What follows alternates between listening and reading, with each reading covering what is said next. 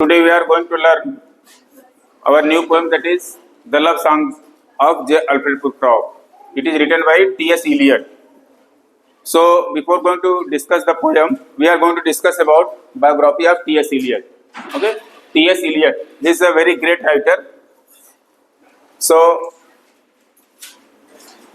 let's have some biographical details about him. He was a poet, dramatist, then essayist,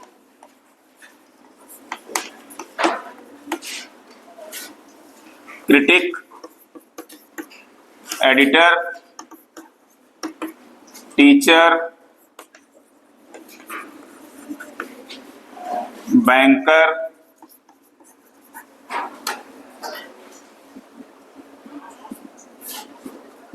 and at last but not the least, Nobel Prize winner. Okay, Nobel Prize winner.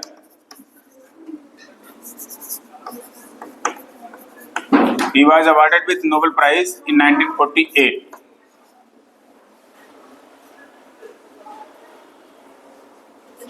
Okay, so he was poet, dramatist, essayist, critic, editor, teacher, banker, and at last he won Nobel Prize for literature in 1948. Okay, this is very important line. Who among the following has received Nobel Prize in literature? So one option will be there, like T.S. Eliot. So this will be MCQ question for exam. ठीक है, MCQ पक्का exam में आ सकता है इस पे T.S. Eliot के लिए नोबेल प्राइज को लेकर के. ठीक है, अभी तक आपने इससे पहले जितने राइटर पढ़े किसी को नोबेल प्राइज नहीं मिला था. T.S. Eliot पहला है जिनको मिला यहाँ पे. ठीक है, सो T.S. Eliot नोबेल प्राइज पाए 1948 में. या तो ईयर आएगा या तो नाम आएगा. ठीक है, और ये पक्का आएगा MCQ, ध्यान रखना. MCQ पक्का आएगा ये कि कौन नोबेल प्राइज, निम्न से कौन नोबेल प्राइज पाया है. ठीक, सो आप याद रखिएगा इनका नाम. इनकी बहुत सारी राइटिंग, बहुत फेमस राइटिंग है. हम लोग डिस्कस करेंगे, वर्क्स जब डिस्कस कर लेंगे. ठीक है,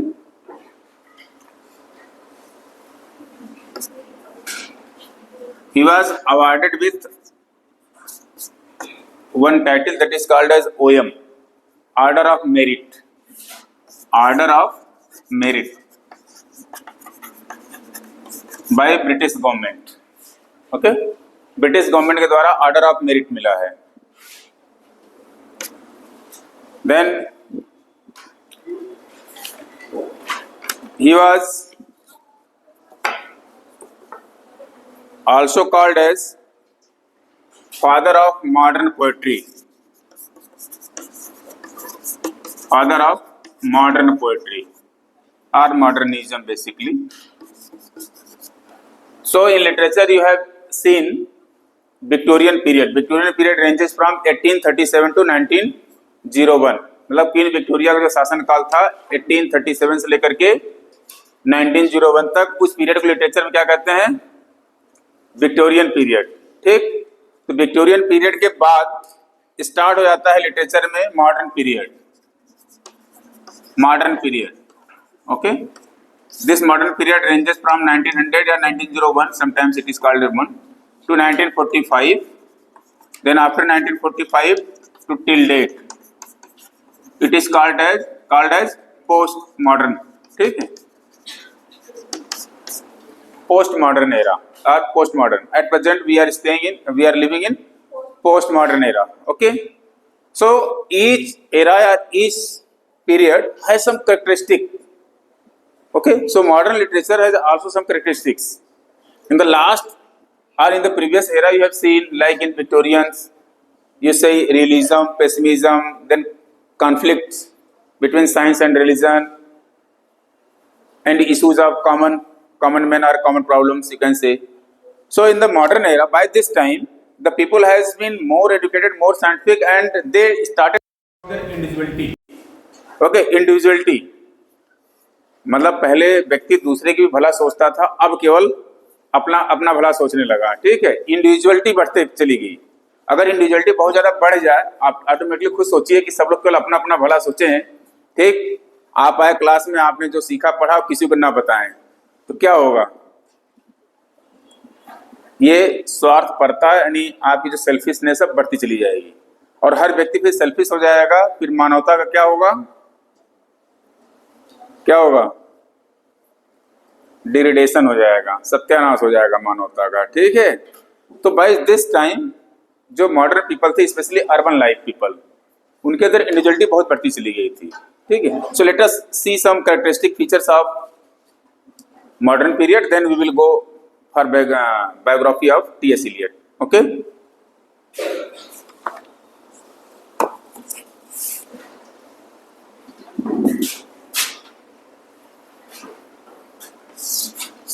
yeah, modern period or modernism, basically modern poetry you can say. First one is individualism,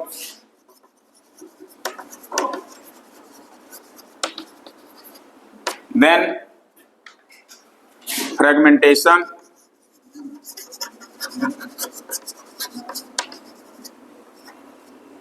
fragmentation of psyche, basically human psyche। ठीक है,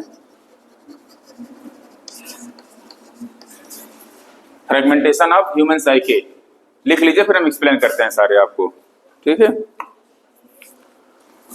in this period they were not following proper metre और proper rhymes, so free from rhyme and metre, rhyme free from rhyme and metre, और you can say इसको simply कहा जाएगा free verse. Okay, free verse मतलब it means to say in modern period free verse was in practice more. Okay, practice में सबसे ज्यादा free verse उसमें बढ़ा, जिसको हिंदी में मुक्त छंद कहते हैं। कोई भी मीटर नहीं रहेगा उसमें, कोई भी राइम नहीं, कोई लय नहीं रहेगा और कोई राइमिंग नहीं रहेगी, उसको कहते हैं फ्री वर्स। हिंदी में उसको मुक्त छंद कहते हैं। ठीक है, then complexities of life,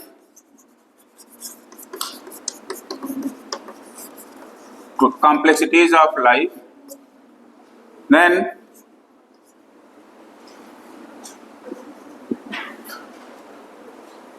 okay, complexities of life means human life is becoming so complex. There may be various reasons like development, free thinking, education, many other reasons. Okay, adjustment, some social norms. So complexities of life were also a subject matter for modern writers. Then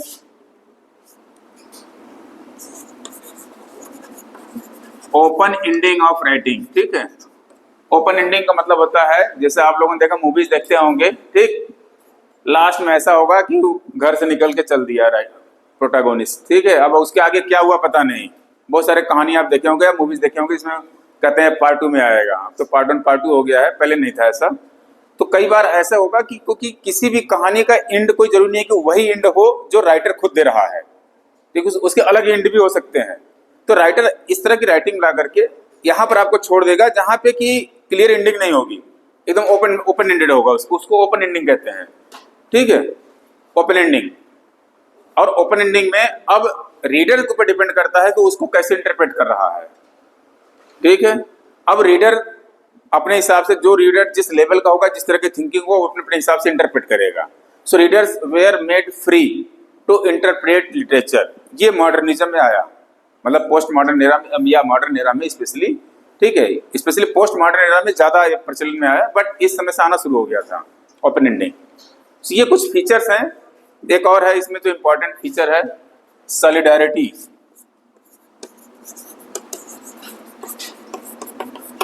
solidarity means Hindi में कहें तो सूनापन।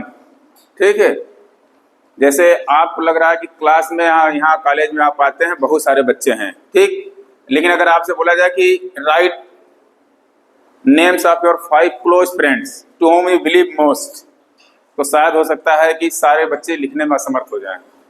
Is it so? Yes, सभी लोग हाँ कर रहे हैं। ठीक है, क्यों?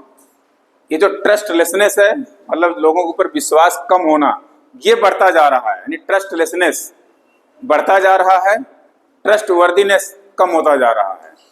ठीक है, ये हम लोग तो इंडिया में अब इसको ऑब्जर्व कर रहे हैं ना, ये वहाँ 100 साल पहले ऑब्जर्व कर लिए थे सब। ठीक है, वो हम लोग से ज़्यादा आगे चल रहे हैं यहाँ पे। तो ये वहाँ पर भी था, सॉलिडारिटी काफ़ी था वहाँ पे। ठीक है, मतलब इंडिविजुअल है, शहर में जी रहा है, लेकिन लग रहा है पूरा शहर हमारे लिए कोई नहीं है, हमारे पूरे शहर मेरा कोई अपना नहीं है। ये जो अकेलापन फील हो रहा है उसी को सॉलिडारिटी कहते हैं। ठीक है, या आइसोलेशन, आप एलिनेशन भी कह सकते हैं इसको। ठीक है, ये बहुत ज़्यादा बढ़ती चली गई।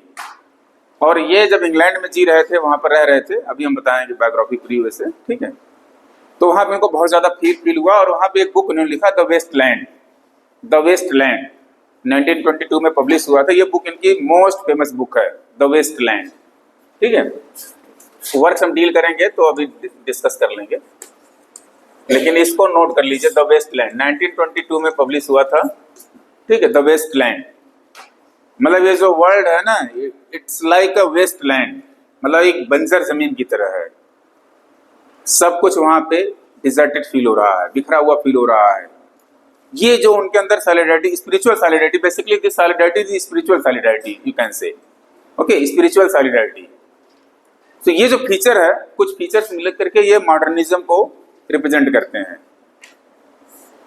आई hope you got some characteristic idea of modern period. Modernism is modern period. ठीक है, मॉडर्न पोएट्री के भी यही सब्जेक्ट हैं सारे।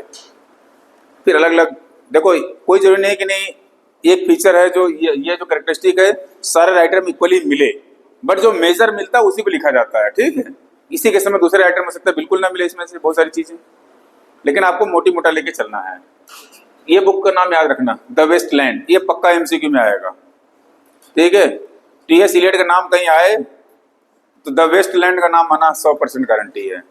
ठीक है, आगे आपको मिलेगा सिलेबस में पढ़ने के लिए, शायद थर्ड ईयर वगैरह में होगा, देखना पड़ेगा सिलेबस। ठीक है, तो ये वेस्ट लैंड इनका इतना फेमस बुक है कि इनको सबसे ज़्यादा पॉपुलराइज इसी बुक ने किया था। ठीक है, वैसे पॉपुलरिटी इनकी बढ़ती चली गई थी, आपका जो पोएम है love song of J Alfred Prufrock, वहाँ से, लेकिन इस बुक ने सबसे ज़्यादा किया, द वेस्ट लैंड। ठीक है, आज भी लगभग हर यूनिवर्सिटीज में पढ़ाया जाता है। सो लेट अस सी सम बायोग्राफी। मिटा दे रहे हैं इसको, फोटो नहीं लेना, चलो।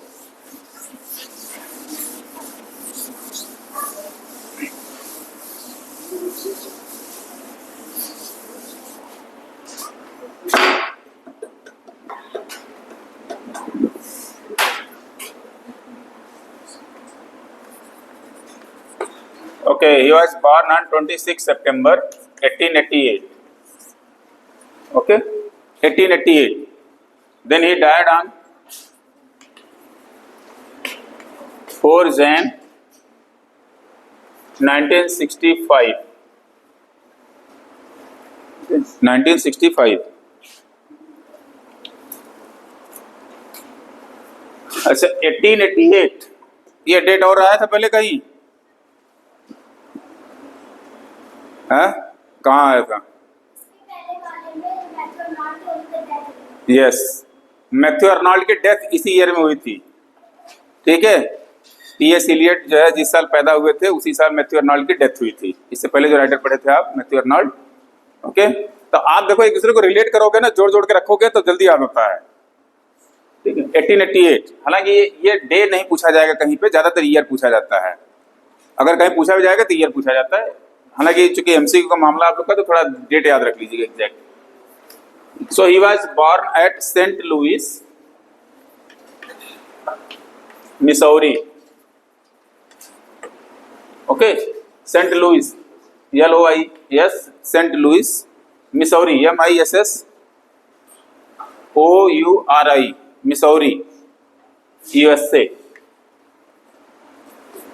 USA means America, United States of America. ठीक है, so he was born in America but he is called as British poet. आप यहाँ पे नोट कर लो, अमेरिका बोर्न ब्रिटिश पोएट। उन्होंने नागरिकता ले ली इंग्लैंड की, मतलब यूके की, तो he is called as British poet. हम लोग डिस्कस करेंगे कैसे कैसे हुआ, ठीक है।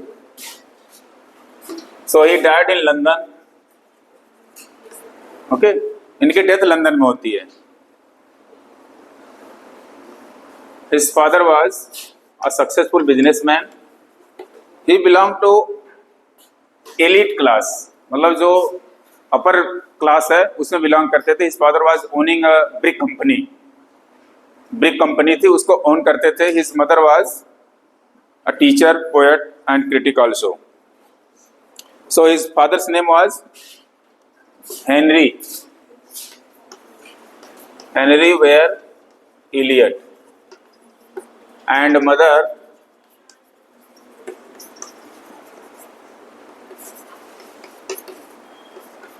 सालोट, ठीक है।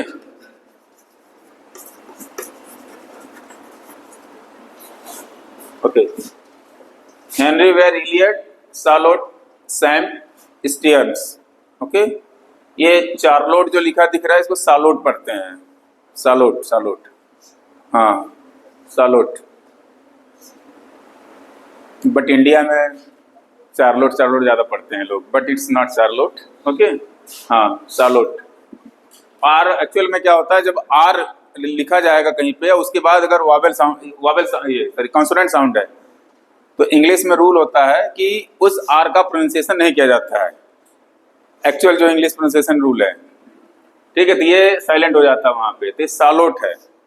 लेकिन इंडिया में अगर वैसे पढ़ेंगे तो आधे लोग की अंग्रेजी डिस्टर्ब हो जाएगी, इसलिए आप जैसे पढ़ते हैं पढ़ लीजिए, ठीक है। So he was a businessman, successful businessman, okay.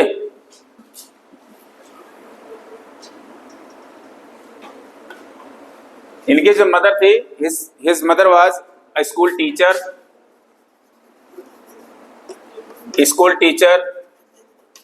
Then poet and critic, okay. And apart from that she was also a social worker.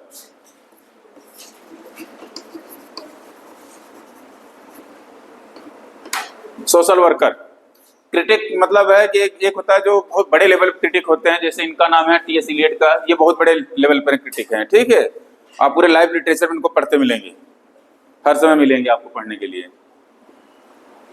लेकिन इनकी मदर का ऐसा कुछ नहीं है कि हाँ जिसको पढ़ाया गया हो कहीं पे।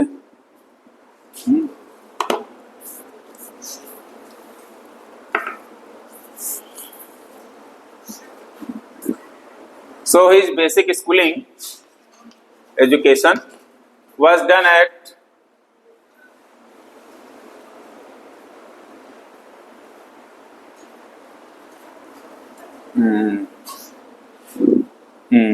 Smith academy,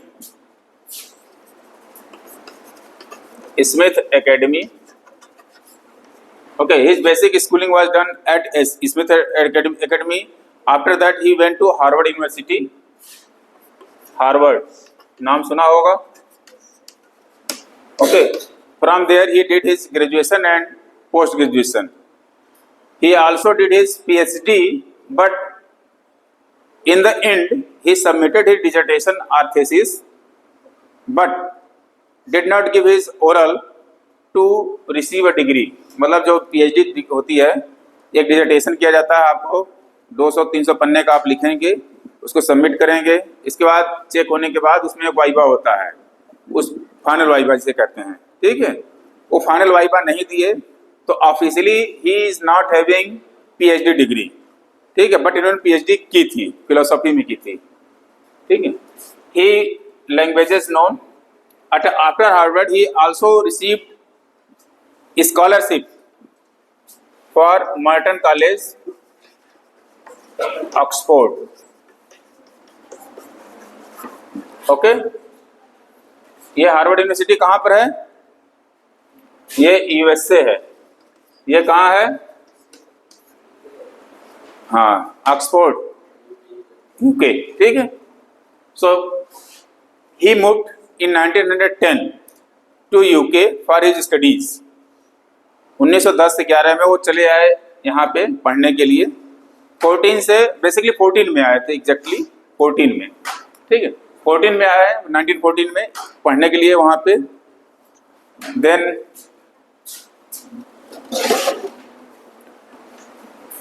after completing his education there, he started teaching in a school.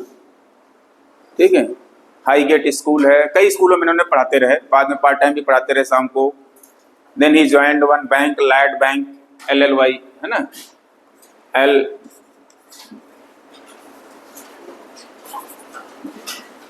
ये बैंक है, Lloyd bank. In this he worked as accountant also for some time. Then he but he started writing his poetry since childhood. अब बचपन से ही poetry लिखना शुरू कर दिए थे, और बचपन में ही इनकी एक मित्र थी जिनका नाम है स्मिथ.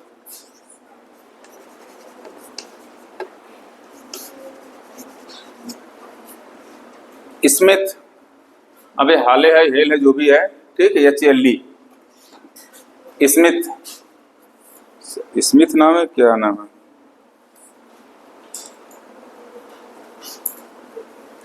सॉरी स्मिथ नहीं यार, प्लीज प्लीज मिस्टेक कीजिए, एमिली हाले.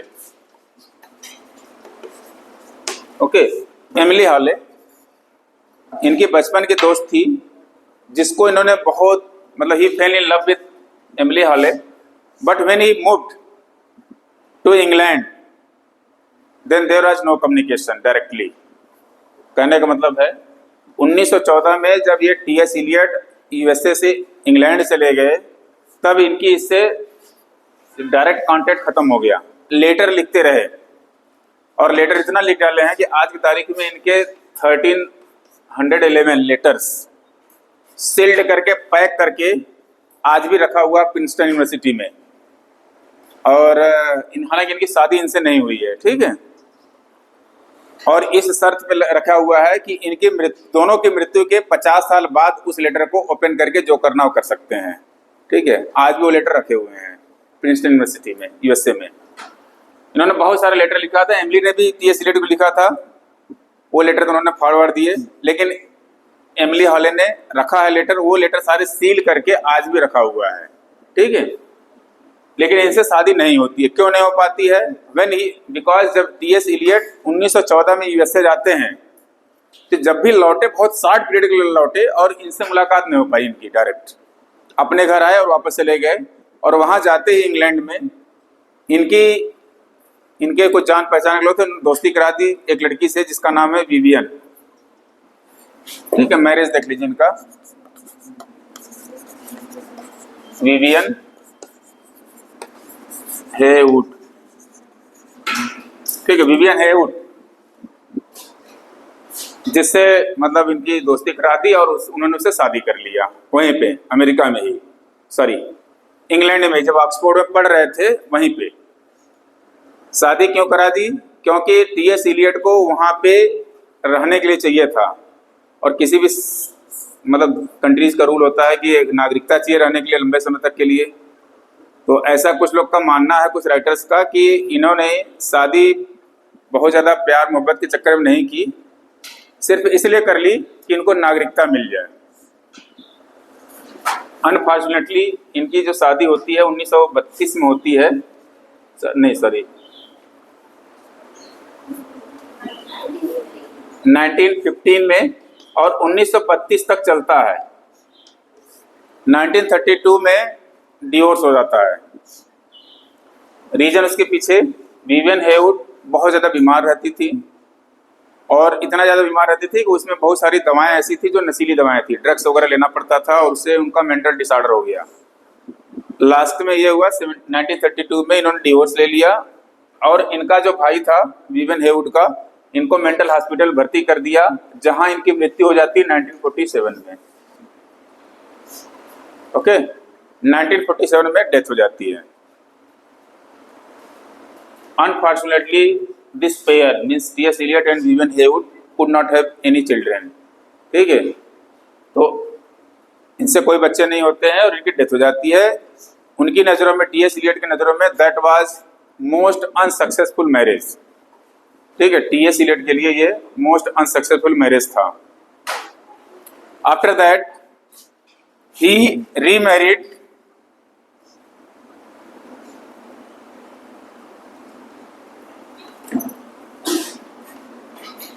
to his secretary.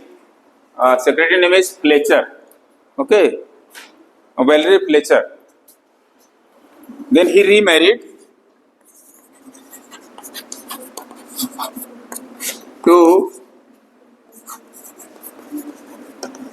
Valerie Fletcher, जो कि 30 साल की थी। ठीक है, यह शादी होती है 1957 में।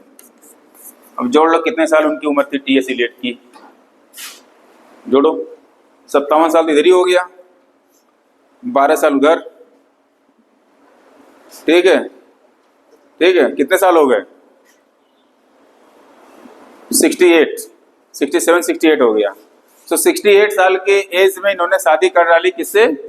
अपनी सेक्रेटरी वेलरी से। ठीक है, और वेलरी उनकी वाइफ रहे टिल हिज डेथ। इनकी डेथ जो होती है 65 में, तब तक उनकी वाइफ बन के रहती हैं। और वेलरी की डेथ 2012 में हो जाती है, 2012। ठीक है, 2012। सो इनकी जो टोटल लाइफ रही है, हालांकि इनसे भी कोई बच्चे नहीं हैं। ठीक है, so officially there is no successor of T S Eliot. ठीक है, ऑफिशियली कोई भी उनका सक्सेसर नहीं है, क्योंकि दोनों मैरिज से कोई भी बच्चे नहीं हुए। यहां तक क्लियर?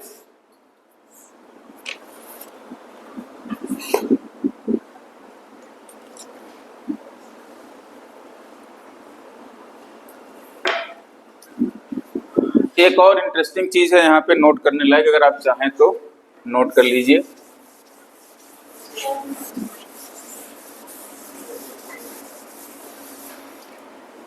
टी एस इलियट का पूरा नाम क्या है? Thomas stairs Elliot. ओके, अगर आप देखें नाम यहां से, तो स्टीयर्स टाइटल इनके मदर का है, मदर साइड का, और इलियट इनके पिताजी का है। ठीक है, थॉमस इनका नाम था, टॉम इनको घर पे कहा जाता था। So one movie is made on his marriage, Tom and Viv करके। ठीक है, ये 1984 में एक प्ले लिखा गया इसी नाम पे, और इसी में मूवी बनी हुई है, टॉम एंड वीव। ये जो इधर था, विवियन था ना इधर नाम, ये टॉम एंड वीव। हालांकि ये इंपॉर्टेंट नहीं है, बट ठीक है, नॉलेज के लिए चाहिए। टॉम एंड वीव 1984 में एक प्ले लिखा गया, इसके बाद 1994 में एक मूवी बनी इसी नाम से, movie.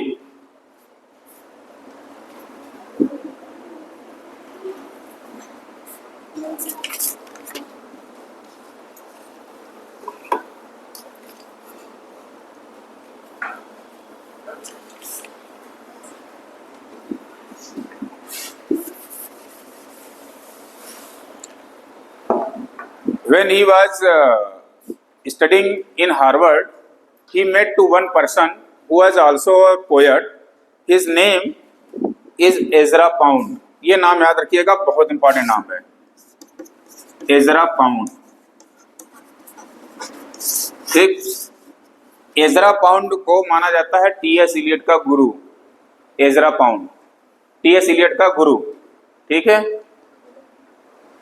Ezra pound. Ezra pound का रोल इतना बड़ा है कि द वेस्ट लैंड, जो आपने अभी पढ़ा इससे पहले नाम, द वेस्ट लैंड। ओके, इस बुक को उन्होंने एडिट किया, और इस बुक में बहुत सारी लाइंस थी, जिस लाइन को कट करने के बाद आज की तारीख में प्रेजेंट में 434 लाइंस हैं। ये एग्जाम में आता है, तो एमसीक्यू हो सकता है बन जाए, how many lines are there in the waste land written by T S Eliot. Okay, so how many lines are there? 434।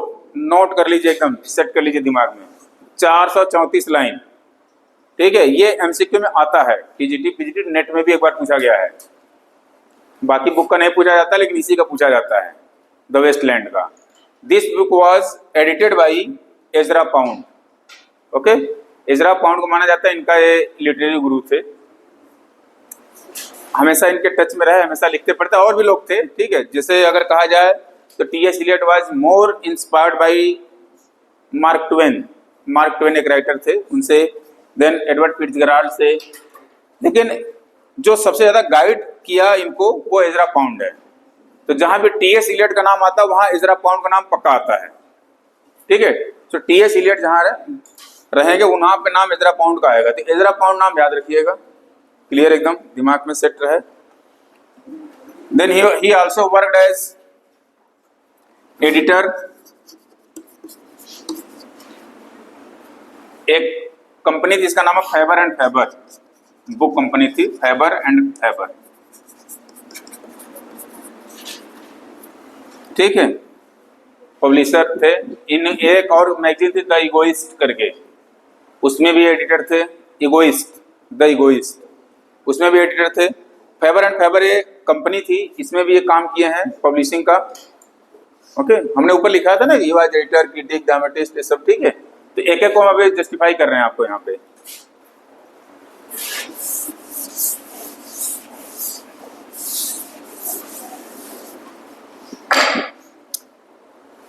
Poet, ठीक है, he has written many poems, ठीक है, अभी हम डिस्कस कर लेंगे।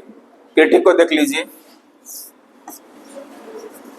He wrote many critical works, ठीक है, क्रिटिकल बुक्स बहुत सारे लिखे, जिसमें से दो इनकी बहुत ज्यादा फेमस बुक है। एक है the metaphysical poets,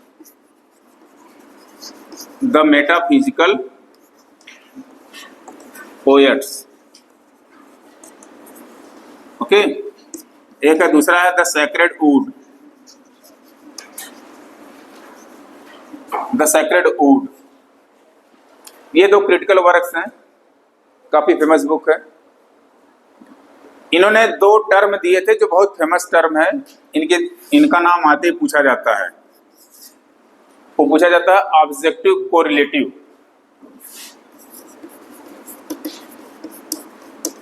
objective correlative,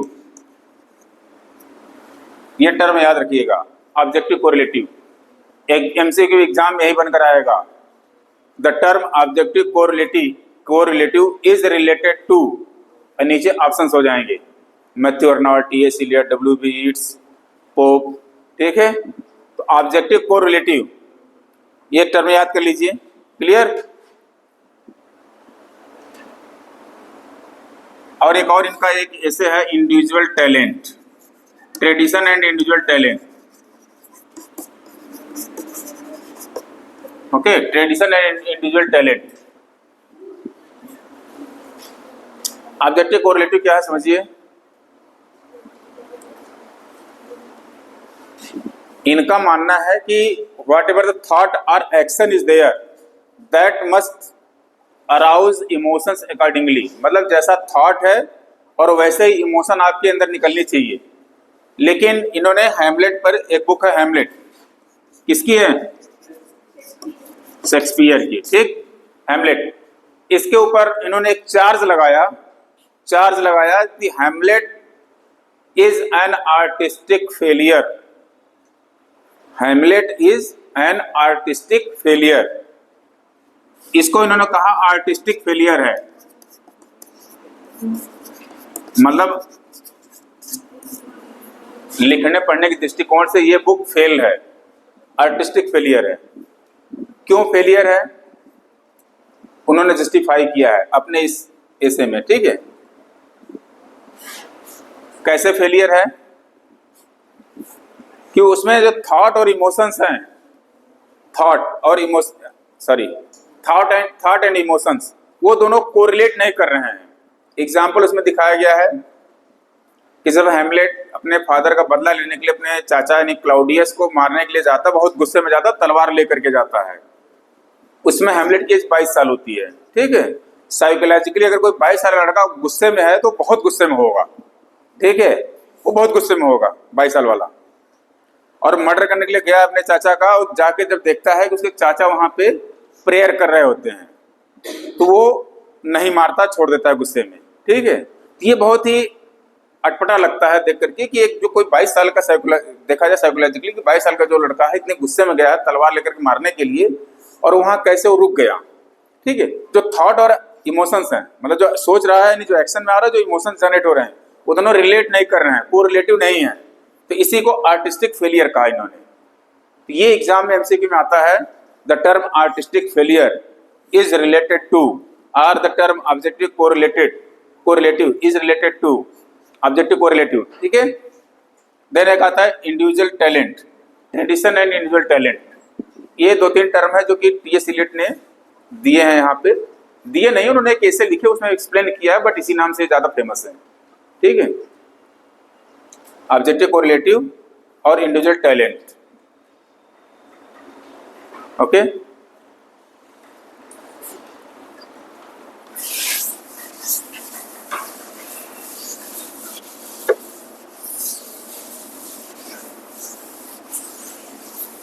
So one more thing to note here, Eliot's parents or great grandparents had migrated to USA from UK। यानी जो टीएस इलियट थे, इनके पेरेंट्स वगैरह बहुत पहले माइग्रेट हुए इंग्लैंड से अमेरिका में, ठीक है।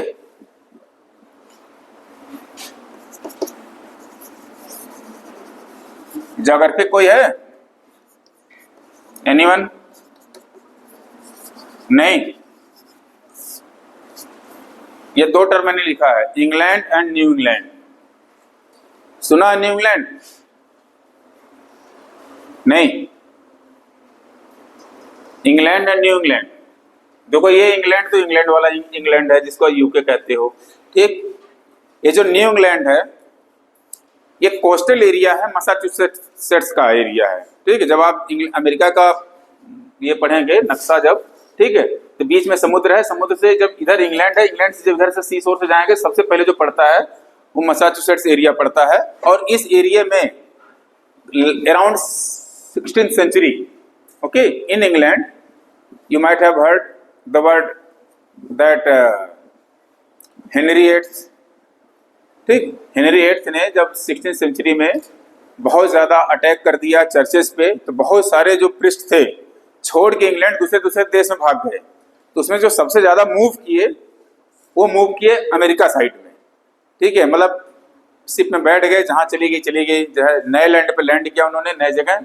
और ये जो जगह हुआ, इनका ग्रुप था बहुत ज्यादा, सारे प्रीचर्स थे, टीचर्स थे, मतलब एक तरह से रिलीजियस टीचर्स थे यू कैन से, जो कि इंग्लैंड से भाग करके यहाँ पर आए जान बचाने के लिए अपनी, और वहीं रह गए, बस गए। तो जिस एरिया में रह गए ये, ठीक है, ये एरिया पूरा कहलाया न्यू इंग्लैंड के नाम से। सो न्यू इंग्लैंड अमेरिका में है और इंग्लैंड यूके में है। क्लियर? इंग्लैंड और न्यू इंग्लैंड में एक डिफरेंस है, ध्यान रखना। न्यू इंग्लैंड नहीं वही वाला इंग्लैंड है।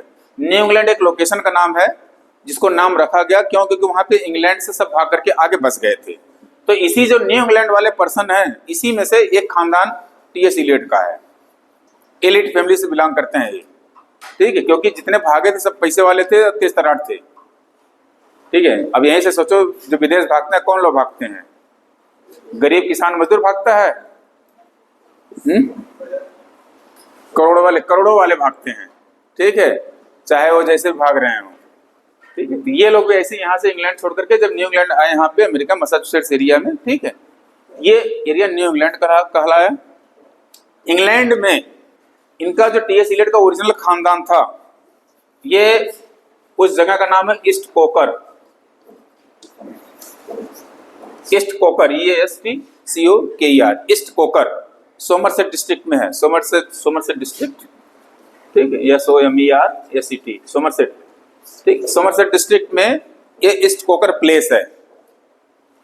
जब इनकी डेथ होने वाली थी तो इनकी एक इच्छा थी कि जो मेरे एसेस हैं, मतलब जो वैसे तो ये बरियल किया जाता है चर्च में, लेकिन शायद उसकी कुछ मिट्टी उट्टी रहती होगी, इसको ऐस कहा जाता है।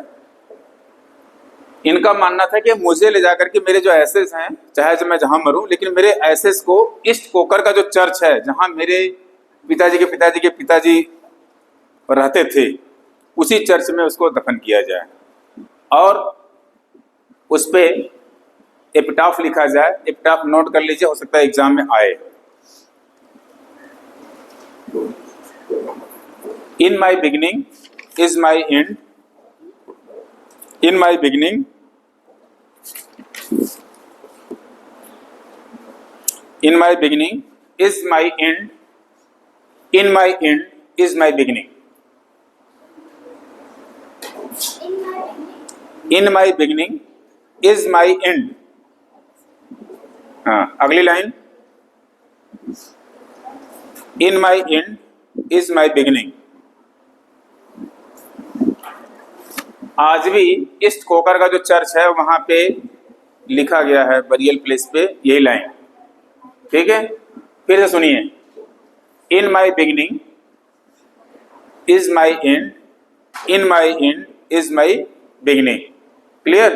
तो ये ईस्ट कोकर में जो चर्च है वहां पे इनको बरी किया गया, बरी तो कहीं और किया गया, उनके ऐसे जहां बरी किया गया, इनकी इच्छा थी और उस पर ये लाइन लिखनी चाहिए, एपिटाफ। एपिटाफ मतलब है स्मृति लेख। जब कोई मृत्यु हो जाती है तो आप देखेंगे कि उसके ऊपर कुछ लाइनें लिख देते हैं लोग, तो वो जो लाइन लिखी हुई है ये यही है, ठीक है।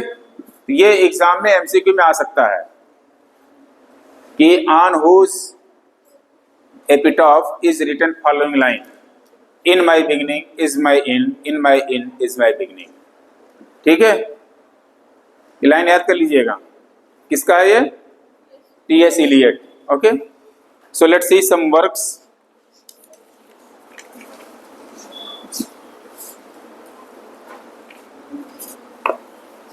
Okay, चाक खत्म हो गया।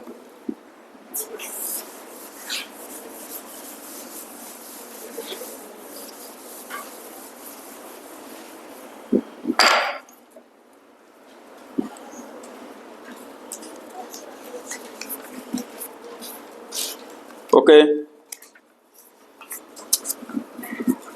द पोएम प्रूफ्रॉक, ये एक बुक है जिसका नाम है प्रूफ्रॉक एंड अदर ऑब्जर्वेशंस। उस बुक से लिया गया, प्रूफ्रॉक एंड अदर ऑब्जर्वेशंस।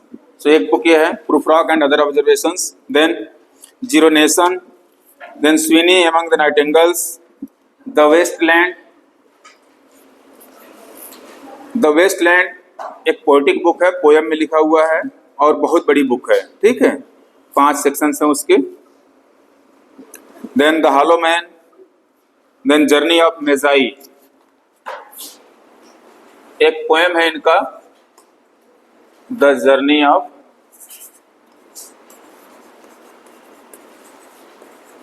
ठीक है। ये MAGI लिखा मिलेगा, इट्स नॉट मैगी, इट्स मेजाई, ठीक है, मेजाई।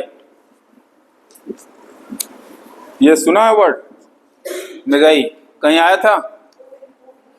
यस, वो हेनरी की स्टोरी थी, द गिफ्ट ऑफ मेजाई। पढ़ा था? नहीं, सिलेबस में नहीं है ना शायद, लेकिन मैंने बताई थी, याद होगा। जिसमें गिफ्ट में बाल काट करके अपने हस्बैंड के लिए घड़ी खरीदती है, उसका हस्बैंड घड़ी बेच करके उसके लिए कंघी खरीद के लाता है। बताया था कहानी? यस, बताया था, ठीक है। तो गिफ्ट ऑफ मेजाई, ये मेजाई बेसिकली क्या है?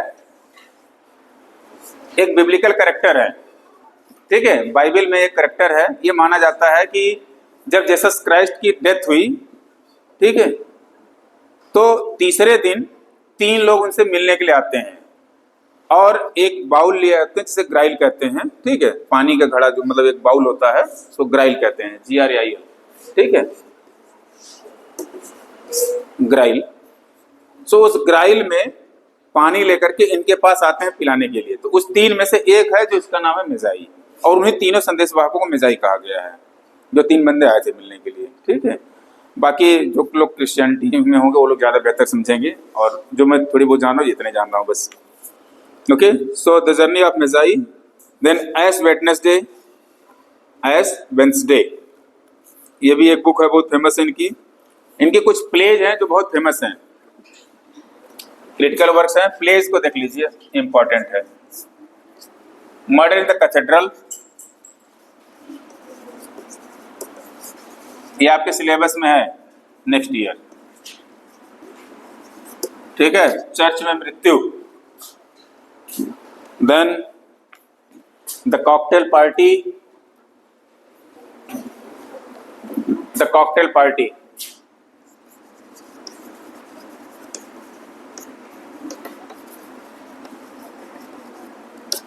then the elder statesman,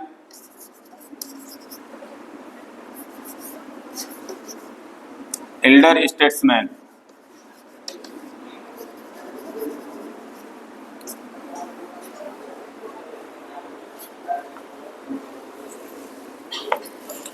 the confidential clerk,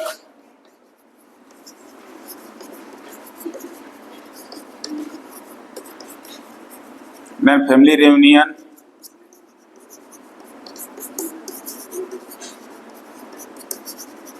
okay इनके जो वर्क्स हैं पोएम्स ज़्यादा फेमस हैं, प्लेज भी ज़्यादा फेमस हैं और क्रिटिकल वर्क्स भी, ठीक है। सो क्रिटिकल वर्क्स में